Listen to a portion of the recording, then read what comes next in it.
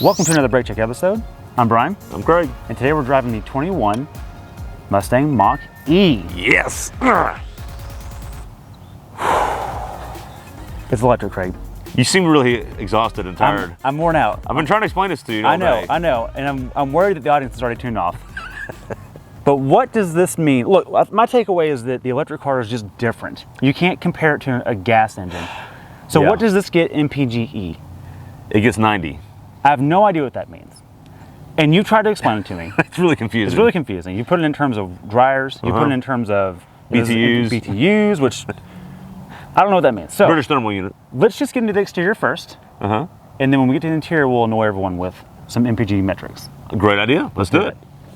All right, Craig, exterior. Yep. What do you think of this pony? Well, it's funny you mentioned pony. It's Just in case you're wondering, right there. It's yeah, official. Yeah. It is a Mustang. I think first off, we all need to get past the whole Mustang hang up. I completely agree. They decided to go with that, whatever, move on. Look, in practical application, they borrowed marketing equity from the Mustang brand. Absolutely. And applied it to what could have been a boring electric car. Yeah. And hats off to Ford, they made it more interesting. Yes, thank goodness, because it was going to be an Escape hybrid. An Escape electric car. That would have been boring. And honestly, nothing against the Escape. It was going to be a competitor to like the Hyundai Ioniq, something similar to that. And a bunch of engineers within Ford said, man, that's boring. Can we do something more fun than that? We'll make it fun, and so they're using the Mustang name, and that's okay. I'm okay with that. Having said that, one of the things, the good benefits of the Mustang thing being incorporated into it is you get a lot of the Mustang styling elements. Exactly, and that's what I love that. I'm okay with that. So I love the rear taillights. Yep. I love the rear haunch down that rear three-quarter. It has the same hip that the current GT has. Yes, right. I think that The looks current good. V6 and the Mustangs That looks have. good. It looks like there's some elements to it that were on a concept car that they actually built. Yeah. That's what happened here. So there's no grille opening here because it's electric. It doesn't need a giant radiator. Yep. You've got things like back here. You've got the black line coming down the back. Yep. Right. So it makes it look more swoopy, even though the roof is this tall. Right. It gives it that coupe look. It looks very hunkered down, even though it's pretty high hip point. And look, everyone is obsessed with coupe-looking crossovers. Yes. Which is what they've done here. But because they did that line, you haven't lost the headroom, which is nice. I like that. It's a really cool looking crossover. It is. That's what it is. Yeah. So with that, let's get in the interior. Let's do it. Hey. What? Do you hear that? No, I don't hear anything. That's exactly it. Is that good? This is a Mustang. It's silent in here. That's okay. It's okay. I've got a checklist here. Okay, good. In order to be a Mustang, in the traditional sense, there's 4 things that need to be achieved. You know you're going to get in trouble with this. Oh, man. I'm waiting for the phone calls already. Okay. All right, go ahead. Send us an email at brakecheckshow. Oh, this is all Brian's idea and not Craig's. I'm the Mustang person amongst the two of us. So you're the one going to be in trouble on this. Here is what I expect from a Mustang in the traditional sense. Okay. 1, is it loud? No. No. 2, can it do burnouts? Well, not the 4-wheel drive version. Not the one we're in. Yeah. Yeah. We'll see if the 2-wheel drive does. We hope it point. does. 3, is the interior rental car spec? No. No, it's way nicer than that. Thank goodness. Thank I'm glad it's not a Mustang in that sense. And 2, is it fast? Kind of. It's fast. It's fast out of the hole for sure. Ooh, yeah. It's going to beat anyone on a dig. For sure, but more on that in dynamics because I've got a lot to dive into. But now we're on interior, Craig. Yep. What say you? Well, I say, dare. Dare. This might be the nicest, one of the nicest, if not the nicest, Ford interior I've ever been in. Oh, boy. You know what? Ford, not Lincoln, Ford. I was going to say, this reminds me of some Lincoln aspects. And what I mean by that, and I'm not saying it's actually the most luxurious. That's not what I mean by that. No. What I mean by that is thought out. So, for some reason, when you have an electric car, Right. Teslas of the world, Right. you have to be very minimalist, modern. Right. You have to have a big display. Which we have here. And for some reason, that's the Trend. direction. That's the trend. I think Ford has done an amazing job of blending practicality of what a car should have, Right. and also what electric cars are supposed to have. I agree. I completely agree with that. So my feeling here is that granted, at this point, Ford is chasing Tesla a little bit because the main competitor is a Model Y on this. I'm not saying it as a jab. I'm saying it as that there was already this benchmark of minimalism out there. Right. What Ford has done is kept it minimal, but made it very functional. Oh, yeah. So for starters, the driver has a gauge cluster, all for himself or herself. Yeah. You don't have to share it with everyone else in the middle. Which is annoying. Nice. In the Tesla, you just get this one thing in the middle, and they've overdone the minimalism. Right. So for some, it's a bit too far. And I think Tesla's almost doing that to be, they sell it as being cool and modern. Right. Let's be honest, they're being cheap. Oh, it's way cheaper to do that. Completely, yeah. Beyond the electric car specific things, the interior in general is a nice place to sit. It is. It's very comfortable. The seats are really comfortable. The Yeah. bottoms are very long. There's ample amount of headroom. And I love the textile integration on the dash, like they've done with the new 150. They've got a good textile with the hard plastic. It's a neat looking dash. It is, and it breaks it up. And you've got this faux carbon fiber kind of thing in the middle. You got the nice small vents that are incorporated in the dash. Minimalist, very, right? Yeah, looks good. Kind of hidden almost. And you've got the exposed stitching as well in the leather. Yeah, yeah. So altogether, a well put together interior. It looks good. It doesn't look busy, but there's dimension to it. Right. Okay, with that nonsense done, can we drive it? Let's do it. Right, Brian. We're in it. We are in the Mach-E. We're in unbridled mode. Yes, which is the fastest of the three. We got the propulsion sound on. Apparently. That may help go faster, I'm not sure. Sure. I think it's time to hit it. 3, 2, 1.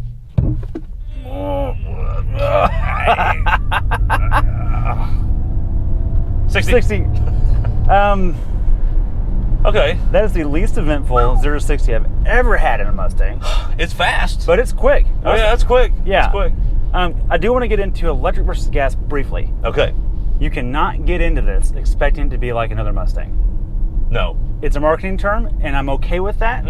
But just wipe that from your mind. When you think Mustang, think style and 0 to 60 acceleration. Yes, that's a fair point. But that's it. That's it. I'm not saying it handles poorly or it accelerates poorly. It actually handles quite well for a crossover. And it accelerates great. One of the better driving crossovers I've ever driven. Oh, it's a great driving crossover. Yeah. But in terms of acceleration, it's doing the electric/diesel thing that I don't like. There's one gear, and you get all 428 foot-pounds of torque at once, but it never gets stronger. It doesn't progress. Right. So as it's instant. And exactly. That's it. Nothing else after that. But there's nothing beyond that, right? So if you're used to first gear, second gear, third, and that exhilaration, you're not going to have it here. No, you're not. And that's just electric versus gas. And that's okay. It's just different. When the wind resistance increases, the power does not increase with the next gear. That's right. So there's no torque multiplication. Right. So all that out of the way. Yep. The intended purpose of this is to look cool. Yes. Be electric. Save the planet. Yeah. Save the planet, which we can talk about that in a minute. And with the Mustang brand, it has to be at least more fun than its counterparts. It needs to be iconic. It needs to be. It needs to stand out from the crowd. It has the iconic part of the Mustang, but not anything else. Yeah, right. Beyond acceleration. Right. So all that put into a bundle, it's not a Mustang. No. That's okay. And that's fine. Just get over it. Because it's a good electric car. Right. So dynamics for intended purpose, like you said. What is it trying to be? Cool, save the planet, also be a crossover, a functional crossover. Exactly, which it does that. It has a great big hatch in the back. I think we should function. Let's just kind of put the electric part aside. Okay, that sounds good. Let's just focus on the crossover part of it. The crossover functionality of this thing, like a Ford Edge would be, or some sort of a Murano, it's one of the styled crossovers. Okay, so let's do that. Yeah. This is more comfortable than an Edge to me because there's more. The seat is longer in the bottom. It's a very comfortable place to sit. I feel like it's going to be, and it's quiet because of its powertrain. And all that style aside, it has the low-looking roofline. There's plenty of headroom in here. Yeah, absolutely. Now, I am concerned in the summertime in Texas that this glass roof is going to be a problem. Yeah, could be. There's no cooled seats. Right.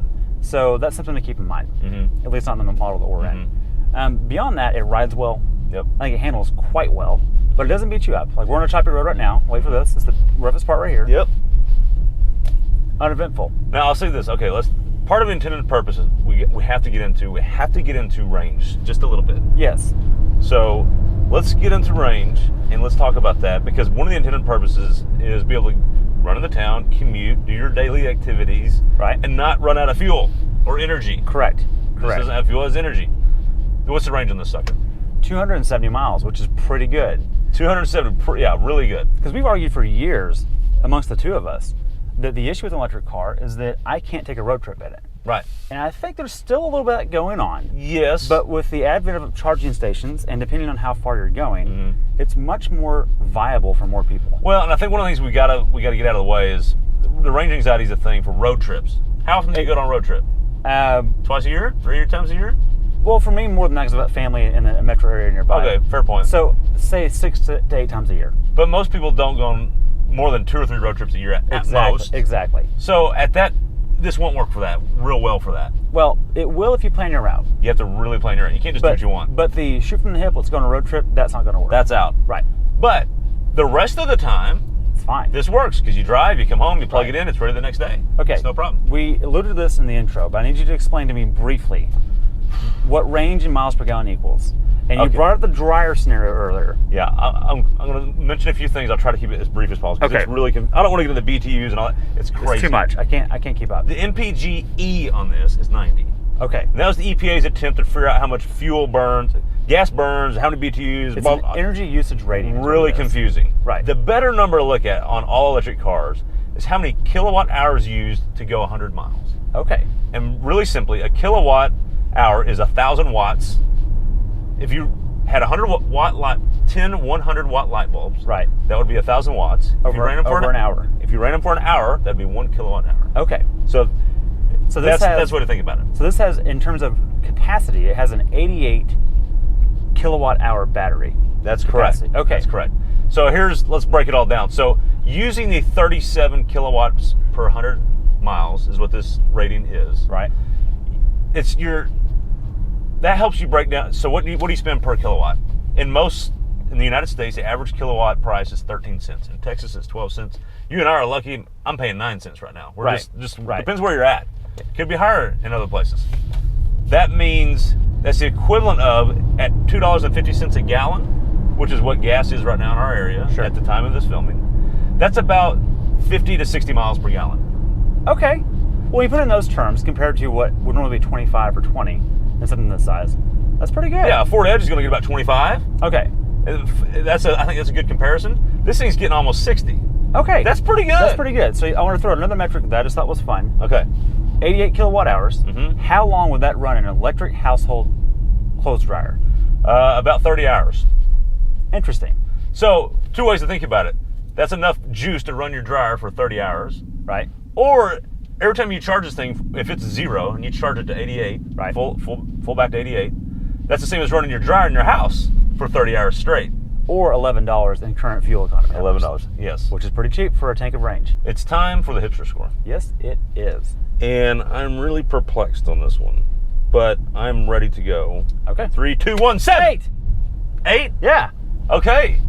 Wow. First of all, you tried to jump me on that one. I did. And probably peeked the mics out. That was fun. You're welcome. I'll enjoy that editing later. Thank you.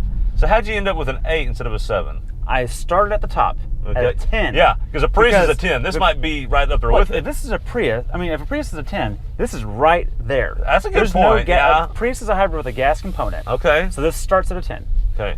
I took off a solid 2 because, one, it's not flying itself as an eco brand because it has the Mustang label on it. It is flying itself as an electric car, but not as like a particularly eco only. Like it's not covered in leaves. Yeah, they're not focused on the economy part, which is a plus for the masses. True. And 2, because it's not really overlandability. There's no adventure aspect of this crossover SUV. It's all-wheel drive, but you're not getting over tree stumps with this. This is not off-roady. No. It's not adventure-y. No. They don't focus on the eco at all. And it doesn't have the cachet of a Tesla. So that's why I landed on a 7. So 7, 8, yeah. Okay, I think that's pretty fair. Okay, so who's this car for? I'm having trouble with this one because I think it's for the Tesla owner or person that's intrigued by a Tesla but isn't buying into the Tesla Kool-Aid. I'm looking at you, Max. Yeah. But what I'm getting at is that if you want an electric car, if you're an urbanite and you're not doing routine road trips, and you just appreciate a crossover, you want it to be a good, competent crossover, and it to be something a little bit special, that's what this is. Okay, I'd agree with that. I would also say this car is for someone that wants to get in the electric game. Oh, look, electric cars have been coming on the scene for a while. This is the first full-scale, that's not just an econo box, electric car by a manufacturer. And it's pretty freaking cool. It's very agreeable to everyone. So Chevy has the Bolt, but it's an economy car. This is not an economy car. No. But it gets better mileage than an economy car. So I think this is for someone trying to get in the electric game, but is a little concerned about Tesla's quality. Yeah. Ford's got the quality nailed down on this sucker. Last thing I'll add, I did the math. If I drove this car to work instead of my car, how much would it save me or cost me? So right now I drive a car that gets 36 miles to the gallon for my 100-mile drive each day. That costs me $114 a month in fuel. Okay, what does this cost? If I drove this every day, my electric bill would be $80 higher a month than it is now. Okay, so I'm saving $34. Yeah, $34, $35 a month I'd save if I drove this. And this is a lot bigger car than my little economy car. I don't know if it's enough on that merit alone, but if there's other things that interest you, that's one more thing to push over the edge. Yeah. Okay. So there you go. All right. Thanks for watching. We'll catch you next time. Yeah, thanks for that was a good awkward ending. Yeah, that works for us. Okay, it works. All right, cut it.